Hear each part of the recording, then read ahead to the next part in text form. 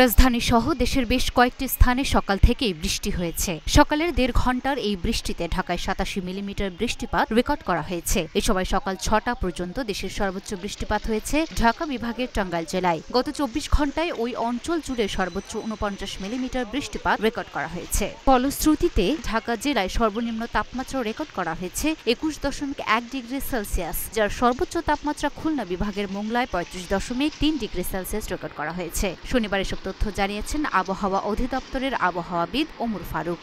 এর আগে আবহাওয়া অধিদপ্তর থেকে প্রকাশিত পূর্বাভাসে পরবর্তী ৭২ ঘণ্টায় চট্টগ্রাম বিভাগের অনেক জায়গায়, ঢাকা, খুলনা, বরিশাল ও সিলেট বিভাগের কিছু কিছু জায়গায় এবং রংপুর, রাজশাহী ও ময়মনসিংহ বিভাগের ২-১ জায়গায় অস্থায়ীভাবে দমকা ঝড়ো হাওয়া সহ বৃষ্টি, বজ্রসহ বৃষ্টির আভাস দেওয়া হয়েছে। সেই সাথে কোথাও কোথাও বিক্ষিপ্তভাবে শিলাবৃষ্টিও হতে পারে। তা আরও বলা হয়েছে, সারা দেশে দিনের তাপমাত্রা সামান্য হ্রাস পেতে পারে এবং রাতের তাপমাত্রা প্রায় অপরিবর্তিত থাকতে পারে। প্রসঙ্গত, আবহাওয়া অধিদপ্তরের নিয়ম অনুযায়ী কোনো অঞ্চলে ২৪ ঘণ্টায় ১ থেকে ১০ মিলিমিটার বৃষ্টিপাতকে হালকা, ১১ থেকে ১২ মিলিমিটার বৃষ্টিপাতকে মাঝারি, ২৩ থেকে ৪৩ মিলিমিটার বৃষ্টিপাতকে মাঝারি ধরনের ভারী, ৪৪ থেকে ৮৮ মিলিমিটার বৃষ্টিপাতকে ভারী এবং ৯৮৮ মিলিমিটার বৃষ্টিপাতকে অতি ভারী বৃষ্টিপাত হিসেবে গণ্য করা হয়।